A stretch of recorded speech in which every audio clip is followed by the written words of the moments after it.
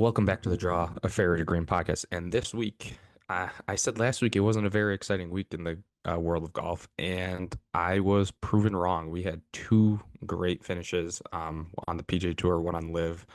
And I think we have to start with the Live Tour first. And Anthony Kim picking up his first career win on the Live Tour, his first win since I want to say it was 2011, no, 2010. So he's gone 16 years without a win.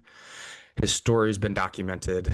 He was one of the phenoms on the PGA Tour, won three times before the age of 25, was in commercial with Tiger Woods, was on a President's Cup team, was on a Ryder Cup team, beat Sergio Garcia in a singles match, and he tears Achilles and he just goes into a ghost mode for 12 years, and Liv signs him 2 years ago. Doesn't win any point in 2 years of Liv, which I didn't think was possible. I don't know how you don't win any points. Was relegated last year. Had to play in the Live promotions this past January and was a wild card, gets picked up by Dustin Johnson's team because Patrick Reed left and he wins. I mean, the story with the rehab and drug problems and alcohol problems is all great. And I mean, this is a guy who was supposed to be the next great one. He was going to be competing with Rory McIlroy and Dustin Johnson in 2010, and he just fell off the face of the earth for 12 years.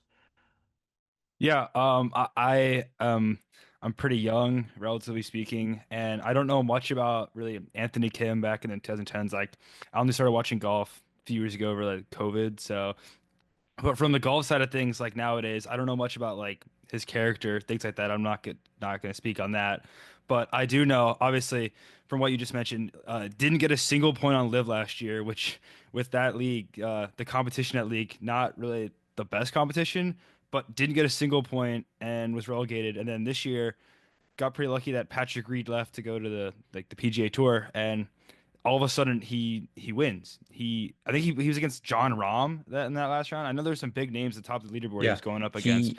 he he was behind Rom and Bryson 5 shots back. It was Liv was loving it. This is their tour. This is their players championship. Their Hmm. key mark event is down in Adelaide in Australia, and they had their two best players on in the final pairing tied.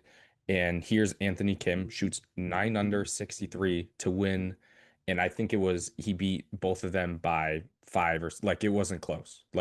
He won by three, and it probably could have been more. Like he blew them out of the water, which And is it was out of unheard nowhere of too. with Like those two. I Anthony mean, you could Kim. argue Bryson DeChambeau. Yes, yeah, he finished T22 the week before, was his highest finish on any live event in 2 years, and then almost didn't make it to Australia. He didn't fill out his visa. You need a visa to go to Australia if you're American citizen. Forgot to fill it out. Had to like rush through that, and then he gets signed by the Four Aces on Tuesday or Wednesday before the event starts, and then goes out and wins. I mean, it's been all over every golf channel website, and it's he had a .03 chance of winning heading into that final round.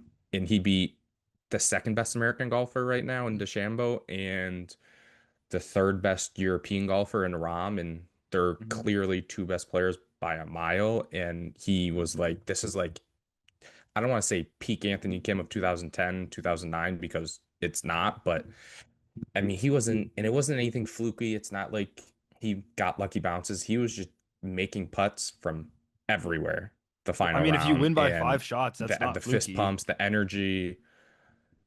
No, no, and it's a great story. And I was trying to think of what other live headlines compare to this, and I my two are Brooks Koepka and Bryson winning majors as a part Hmm. of live, and those aren't even that exciting. Like I don't know what the best news line has come out of live, and this is by far it. Like not even close. I mean, this is exactly why Liv signed Anthony Kim. They were hoping for, Anthony Kim finding something, and that's exactly what happened. He had a fantastic week, and who knows what the rest of the season holds for Anthony Kim. It's the beginning of the season. This is what their second, maybe, yeah, maybe their Second. second event of the season, and Anthony Kim has already won a tournament. So who knows what happens?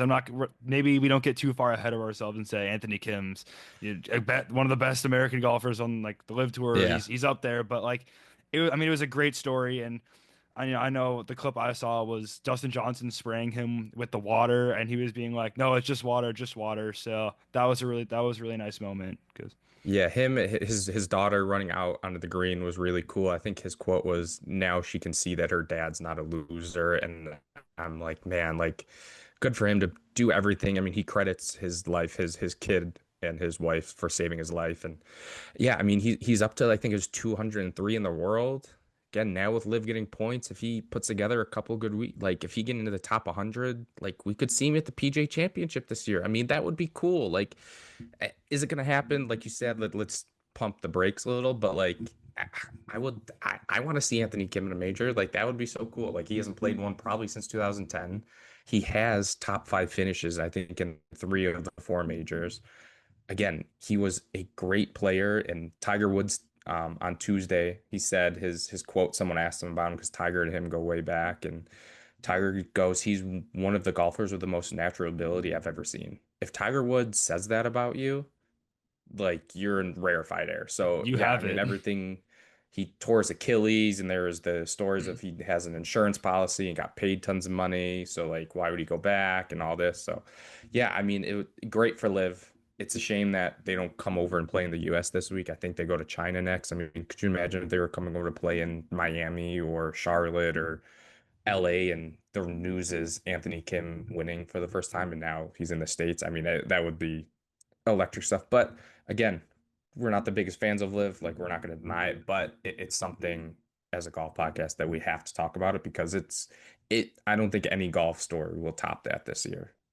No, definitely. I don't think so. Coming back from addiction and winning for the first time in what did you say, 16 years? Like Yeah, that's unbelievable. 2010. Yeah. I mean, we had on the PGA Tour, we had someone also break a drought. It was only 2.5 years. Hasn't gone all the through things through that Anthony Kim has gone through. But Collin Morikawa picks up the win at the AT&T Pebble Beach Pro-Am, his seventh career win. And it was a fun final round. I thought four different people were going to win at some point. Never did I think Morikawa was going to be um, finish atop the leaderboard. Just the way he's kind of played in the last year and a half, he struggled to close it out, but he prevailed, especially on the last 18th hole. I mean, that was a little chaotic there. I don't know if you saw it, but good for Morikawa. He I announced iced on the it. green to Amanda. Yeah, and it was yeah. I Jacob don't Bridgman hitting really the cliff know. looked like me. Yeah, yeah. I was talking to someone about this. Like, there's really nothing else to do. It's not like you can have Morikawa in the final couple guys play through. You're not gonna have them hit their approach shots on the final hole. Like, I don't really know. I guess the like quicker rulings and quicker decisions by Bridgman, I guess would be the only thing. So he doesn't have to wait 25 minutes, I think it was, from the time his hmm drive to hitting his approach. But yeah, I mean, good for Collin Morikawa because it's been a rough 2.5 years without a win for him. Yeah, I've been very skeptical of Collin Morikawa, the last year and a half. I always thought like he's a little overrated, He has some good finishes, a lot of top 20s, top 10s, but not really getting it done. Saw him at the Ryder Cup. I mean, he struggled with his chipping. There was a couple clips last week of him just missing like a bunch of chips around the green. So, Yeah. pretty skeptical of Collin Morikawa and going into Sunday, I actually thought that Collin Morikawa was going to win. I mean, I think he had 6 strokes gained on Saturday. Like unbelievable prime His Collin his Morikawa ball round on striking. Saturday, 18 of 18 greens and regulations and 11 birdies. And hmm it was not playing easy. Like Thursday, Friday was easy, conditions were down. It's the weekend, the wind was up. Like he No, was not playing on benign. Yeah, the like back the nine on flag was Saturday was. blowing. hmm Yeah, I just like so yeah, I mean his superpower in golf is his ball striking and it showed because like you said his chipping is just bad. Like at one Yeah. point, I think during I was watching his Sunday highlights after the tournament ended. I mean, he ended up, I don't know, it was the seventh hole maybe, or it can't be the seventh hole. Maybe it was the sixth or eighth hole. He had a chip and he used a 3 wood to run it up there, and he got it within a foot and a half and tapped in. So I mean, it worked. There you go. But so he's definitely. more prone to using that, especially after last week with a couple of those duff chip shots. But yeah, his ball striking was pure class this weekend. Yeah, I mean, back to the chipping. Even in the final round, Morikawa on the par five on the back nine, I think it's either 14 or 15. He hits it long and he has to hit a flop and he hits it short of the green and comes out with par Yeah. on a hole where most players are birdieing. So I mean, at a certain point on Sunday, I mean, I predicted Morikawa to win like Saturday night, but I after Scotty posted. We'll talk about Scotty later, but after Scotty posts his Yeah. whatever, his 63 with three eagles and he's at 20 under. There's a certain point where it's like I was thinking like, okay, it's between with the amount of holes left and the scores, it's between Morikawa and Sam Burns, neither of which outcomes I was kind of supporting, but like at that point, like they were probably the two best players out there on the course with a chance at winning.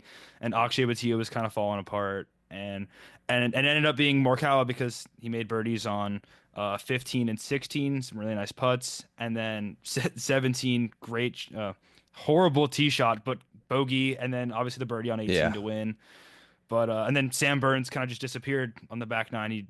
He was hitting it close and missing a lot of putts, which is kind of Sam Burns' thing Yeah. was putting. He's on the Ryder Cup team because he could putt. I mean, usually one of the best players on tour, and he just didn't look like Sam Burns on Sunday.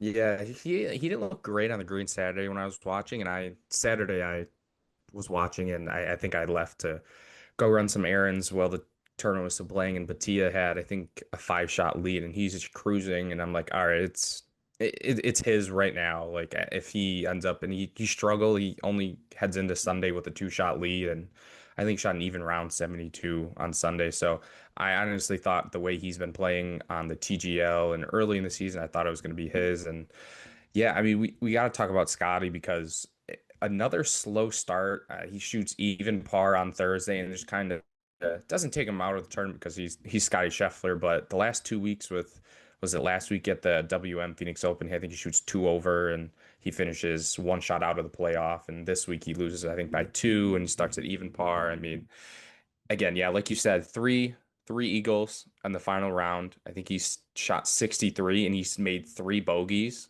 and shot Yeah. 63. So Mhm. again, like it's just Scotty being Scotty. And again, his people were worried about his top 10. Like, is he going to get into the top 10? He's now finished in the top four 8 straight times in 8 straight events. This last 8 starts. Only Tiger Woods has done that, and Tiger Woods did that twice. So he It has a was since the shot Open, this right? week. He's been doing it since like Yeah, July. yeah. So he has this week at the Genesis Invitational that we'll talk about in a little bit, to break a record that Tiger Woods doesn't even have. And to be honest, he'll probably do it because he's playing that well. I think I saw like him and is it Minwoo Lee and I think one other player, the only players to have 4 top 10 finishes this year already or something like that. And yeah, I thought at one point once he posted 20, I think he was at 20 under. I thought it was like, all right, he's in a playoff for sure. And then Minwoo sets it at 21 and Collin Morikawa gets it to 22, which I was reading. I don't know if you saw this. His putter, he stole from Kurt Kitayama. Mhm. I saw that. Yeah, so I just like, I guess him and Minwoo Lee and Kurt were playing around in Las Vegas and he just took it out of Kurt's bag and now it's his. Like, because again, that's one of the weaker spots with Colin is he's not a great putter, not a great short game player, but when you hit your irons as well as he does, he's going to have easy birdie looks. And if he can putt average, which he didn't even putt average this week, like I saw he was in the lower half of strokes gained putting and he still won by one. So if he can be an average putter, like we thought Scotty a couple years ago, if he was an average putter, like I'm not saying he's going to go on a run like Scotty, but he has two majors. He won quickly on the PGA Tour, and his wins come in bunches. So, like, again, if he knocks off a win or two, and like it would not be shocking to me. I mean, good for Colin. He's just a good guy. And he announced that him and his wife are expecting the first baby in this spring. So, yeah, it's a really good weekend of golf, even though there were only 2 events this week. Yeah, and I have a couple stats here about Scotty Scheffler, just how good this guy is, how not real the golfing robot he is. He has three events this year. He's gone win, tied for fourth and tied for third, so not out to the top four, as you said. And in his final rounds, he's gone 66 in the win, and then he's gone 64 and 63. So last week and this week, 64, 63. And this season on tour, we all know that Scotty Scheffler's like his calling card is his approach game, his wedges, his irons, getting it to hitting it inside of 10 feet almost every time, what it seems like. And he is stats this year, he's first off the tee, so best driver irons off the tee, best in on tour, and he's 28th in putting, and his worst stat is his approach game where he's 51st. So that is downright scary for the rest of the tour that Scotty Scheffler is not doing his approach game, hitting it to, as I said, inside of 10 feet, and he's still top four every single week, and it's insane. Um, and then another thing, you Yeah. mentioned that Collin Morikawa had his putter. He stole Kurt Kitayama's putter, and that was a mallet putter. And I think we're gonna keep seeing more and more of this of the mallet putters on tour. I mean, Scotty Scheffler switched to it, and then Tony Finau actually switched to a mallet putter this week, and Tony Oh Finau ended wow. up being first in strokes gained putting last week. So mallet putters might be the wave Yeah. on the PGA Tour. We Yeah, keep Rory. I seeing know them. Rory has the spider. Hmm. So yeah, that's yeah. And I saw that speaking of Scotty's putting, I think on the final round he had four putts between 10 and 15 feet, made all four. I mean, Hmm. that's it's not normal for a PGA Tour player to do that. And he's not even the best putter on tour and he's draining them. And if he's making them like that, like yeah, sorry, the Like, good rest of luck. you. It's especially in limited fields. Like again, this week was a limited field. This upcoming week, Genesis Invitational, another limited field. So yeah, it's going to be tough for some people to catch him if he plays even a little better on the opening round. Like I'm not saying he should shoot 4 or 5 under. If he can shoot 1 under, 2 under, and not just be poor in for Scotty Scheffler, I mean he'd probably have back-to-back wins right now. Mhm. Yeah. I have one more thing to say before we move on to possibly this week, and it's about Sam Burns. I know I mentioned earlier how I wasn't really a fan of the Morikawa and Sam Burns like possibly winning this week on Sunday, and uh, I'm gonna sound like a hater here, but it's kind of because I'm expecting more from a player like Sam Burns and Collin Morikawa, and they Sam Burns, he's kind of the guy who will go out every single season and he'll get a win or two, and that's a fantastic career. Just stacking up a win or two every single season, you make a lot of money, top player in the world. However, I mean, Sam Burns in the majors is not really the Sam Burns that we see the rest of the year. I mean, he in his the last two U.S. Opens are his best results in majors, and it was ninth and seventh. And he has no other top tens in any other major, so Masters, Open. So, so it was kind of like I didn't really want to see Sam Burns win is what I'm getting at because the narrative around Sam Burns would have been he's an elite player, and I don't necessarily see it. And that's kind of what I'm getting at, is I'm expecting more from Sam Burns, Yeah. especially when he's on the in the Ryder Cup conversation and President's Yeah. Cup conversation.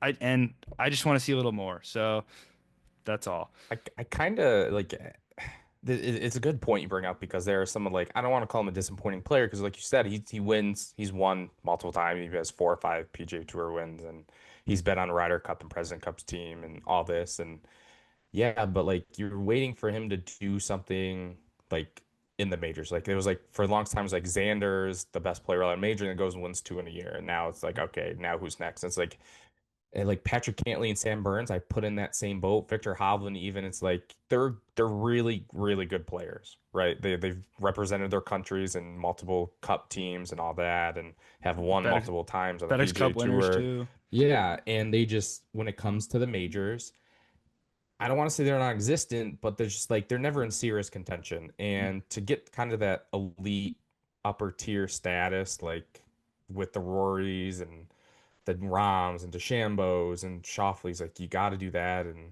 right like Spieth was in that contention that spot for a while and he's fallen off and JT was similar he is too but like there are Exactly. years where he doesn't contend like yeah I mean I think it more so speaks to the longevity or the greatness of someone like Rory McIlroy or Scotty Scheffler right now is that they're always in the major hunt and it's the hardest tournaments to do it in that's the most pressure has the best fields and they're always there. How many times did Rory have a shot to win another major between 2012 and last year at the Masters, a ton, Yeah. and he never got it done. I can maybe count on two, three fingers how many times Cantley has been in contention at a major, and Burns, that was last year at Oakmont, and talk about the rain and all that and the ruling that he had, and I get it, but yeah, I think there is some case to be made with some of these really, really good golfers who just aren't in that elite status yet. Yeah.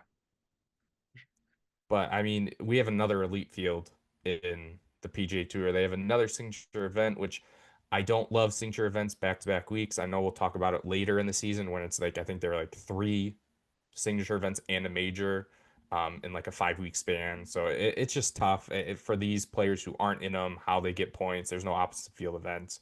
Um, but again, I think this one has 80 people last week, or maybe this one's 90, or a couple more than last week at the AT&T Pebble Beach Pro-Am. There is a cut this week, which I don't understand how there's a cut this week, but not last week at the AT&T. I don't understand any of it. I don't know if you're gonna have a cut, add more players, give me 100, give me 110 players. I don't know. Tiger Woods is the host. He will not play. He had some interesting comments though. Yesterday at his Yes. press conference. I don't know if you heard him. Yeah. They asked him about the Masters, and he said he's not ruling it out, and had a big kind of smile grin on his face. I don't know what that means.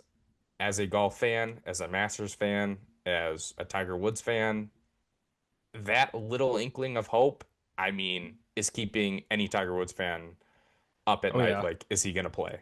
hmm I will definitely have more to say when we get towards the Masters and Masters, Masters week, things like that about Tiger Woods playing. But as like you said, as a golf fan, Tiger Woods fan, that's a very exciting thing to hear is Tiger Woods not ruling out playing at the Masters this year. Yeah, it's another good field. It's back at the Riviera Country Club. Last year is down at Torrey Pines due to the wildfires in LA. So it's a great golf course. It's one of my favorites to watch on tour. The U.S. Women's Open is here in June, so that's really exciting. So it's kind of a preview for all you golf fans to watch it before the women come play in June. And then 2028 is also going to host the Golf Summer Olympics. So both men's and women's competition is going to be there in 2028 as well. Again, another great golf course. It's one where it can be tough. Some of the holes, I know hole 10 is the short par four hmm that do you drive in? If you drive it, you kind of get into these bunkers by the sides of the green that are impossible. And if you lay up, then it's a hard wedge shot, all that. I think one of the holes is a par three with a bunker right in the middle of the green that players have to navigate. So that's always cool. Again, I Have you think seen some, hole four? They made it longer for this week. It's like a oh, 270-yard par three, and oh, that hole wow. is always hard. Like there's bunkers protecting the left side of the green and the center of the green, and it's 240 yards, and that hole is always ridiculously hard and long, and they made it longer this week apparently. So that's that's that's I expect carnage that week on that hole. Yeah, I mean, again, this is an elite field. I think all 10 players in the world golf rankings in the top 10 are in the field. Rory McIlroy, Scottie Scheffler, Morikawa. I think only a couple people aren't who qualified aren't playing. I think it's Chris Kurt, Justin Thomas, who is hurt still, and Sungjae Im, who's also hurt. There are only three players who have qualified for this event who aren't playing. So it's going to be the best of the best here. Last turn before they head to Florida. 2 years ago, when it was here at the Riviera Country Club, Hideki Matsuyama came back from like six back and won, and he's my pick this week. He has played well. He had another top 10 finish last week. He obviously lost to Chris Goddard 2 weeks ago at the Phoenix Open.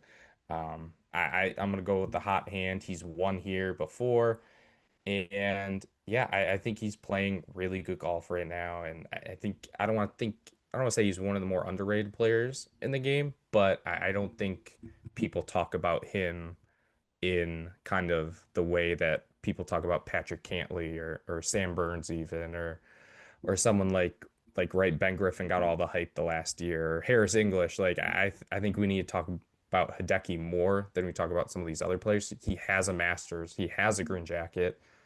He's the only Japanese male golfer to ever win a major, and I think he's up to 12 or 13 PGA Tour wins. Like, so Hideki, I think he'll come out on top this week.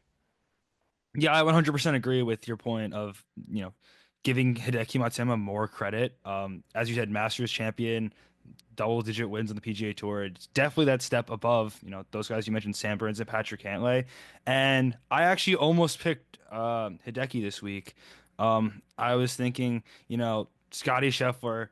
I'm gonna say it now. I think Scotty Scheffler is gonna win because it's just he hasn't won in 3 weeks. So there you go. But I'm gonna get that out of the way. But I was thinking Scotty, Chris Gotterup, and Hideki, those three. But I'm actually going for someone you actually wouldn't expect. I'm going to Maverick McNeely. First of all, there is no stats that point to me choosing him. I mean, he finished, I think, 10th last week, and he's put together some solid starts this year.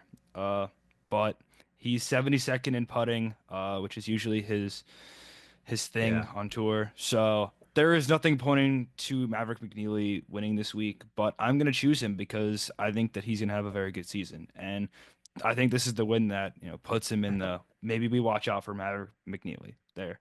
So, and another Yeah, thing no, I think you I have another sneaky pick. I don't think he's gonna win, but I think Tony Finau is a name to watch, especially after his putting last week. He has very good finishes here. He lost in a playoff to Max Homa a few years ago, yeah. so another name to watch.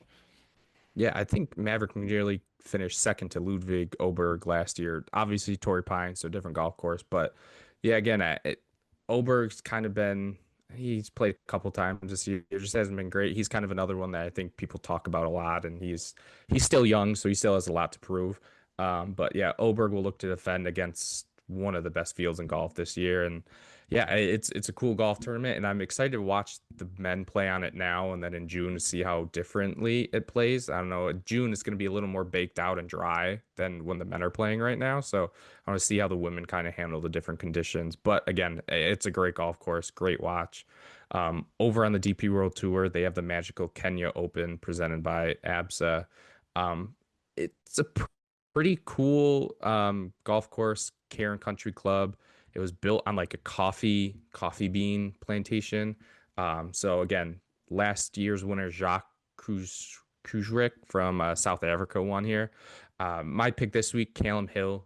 He was part of that three-man playoff now 3 or 4 weeks ago that Patrick Reed also lost in, and then he also came second to Patrick Reed in their event 2 weeks ago. So he is two top two finishes the last 2 weeks.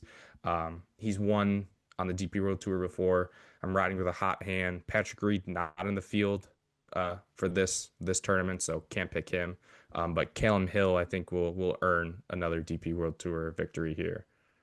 Yeah, I was looking at the entries for the DP World Tour event this weekend, trying to see some names that I recognize, and I was gonna pick Patrick Reed, but he obviously is not playing this week. So I'm actually gonna go with a familiar face actually, Alex Fitzpatrick, brother of Matthew Fitzpatrick. He's on full swing, and his career is just a little behind Matthew Fitzpatrick, but I think why not? Yeah, no, he's a good young player, and I know he played well last year and earned his DP World Tour card. So yeah, I think that's definitely possible. LPGA Tour, they're over in Thailand for the Honda LPGA in Thailand. Again, not the worst field, not the best field. You got Gino in the field, Miyu Yamashita in the field, Brooke Henderson in the field, defending champ Angel Yin in the field. So it should be a good tournament. They haven't played in a couple of weeks, so it's gonna be hard to know what to expect for some of these women who haven't played in a while. I'm just gonna go out on a limb. Brooke Henderson hasn't played the best here. She finished T33 here at this tournament last year, T9 a couple years ago.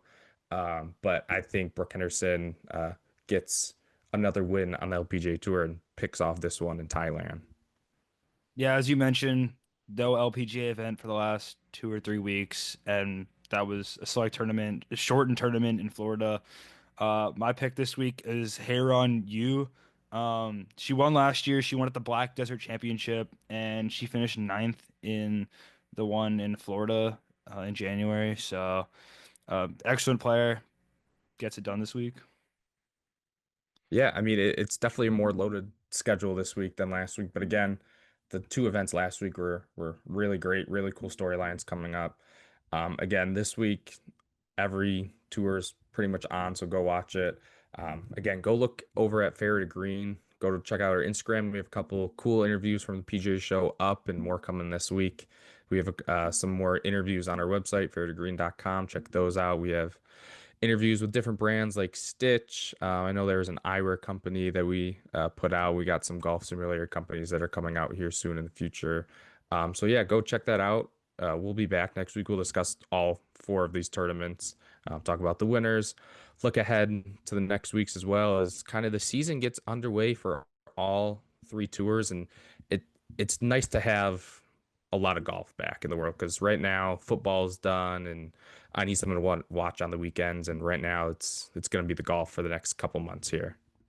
Yeah. I would like to say actually before we end, I know a few weeks ago we talked about TGL and I was saying that I was watching football over it, and maybe my comments were kind of interpreted as I wasn't a fan of TGL, but I would like to say I'm on the TGL train. I quite enjoy watching TGL Mondays and Tuesday nights. I think it's great to watch some golf during the week. Neil Shipley had a hole in one when I was watching last week, so Yeah, definitely check that is that a out. real hole in one? Do we No, count that as a real hole in one? You don't? no, that's a simulator, unfortunately. Okay. I know he Okay. bought drinks for people, and I think they were counting it, but unfortunately, that is a simulator. I don't want to I be think I agree with you. It's tough because he did do it in front of a live crowd and even more people watching on TV. So again, but you're right. It is a simulator. Are hitting off grass, but he's a pro. So, like, yes, it's and the I most think realistic feel simulator in the world, but yes, it's still not quite there. And no. oh, great shot, and for TGL won the hole, so there you go. But Yeah, not that was a fun little team. Him, Luke Clanton, Minwoo Lee. I mean, the young guys kind of brought the energy, and yeah, I think I enjoy watching the TGL again. What else am I going to watch on a Monday night? There's absolutely. nothing really So now. I'm right here And on the again, TGL I train. Justin Thomas said yeah, Justin Thomas said he's going to make his return. I think next week, so he'll be back from back surgery. Hopefully, he gets into real PGA Tour event here. I know he said before that he's looking at one of the Florida tournaments to get in back on the PGA Tour event. So we'll see. But yeah, go. It's not for everyone. I understand. I like it. I like seeing the players talk and interact with each other and the strategy behind it. So that's why I watch it. The golf shots are cool. Hitting the stingers and stuff on the different holes always an interesting watch. But yeah, Neil Shipley, ace. It's yeah, that'll debate forever and ever. I would not count it either. You have the hole in one on this podcast, so I got to defer to you that you don't say it's a hole in one. So I'll go with Uh, what you say. I did see Neil Shipley. There was an interview, and he has a handful, like two or three holes in one. So I don't think that missing out on a simulator hole in one is gonna be a huge deal to him. He's got a few in on a real course, Yeah. so Yeah. he'll be all right. He has a couple Corn Ferry Tour wins. He's on the PGA Tour. I think he'll be fine without this little fame for this whole one on simulator, but still pretty cool. We'll see you guys next week. We'll again review all the tournaments. We'll preview the next ones coming up. Again, check out our website and our Instagram. Enjoy the golf this weekend. See you next week.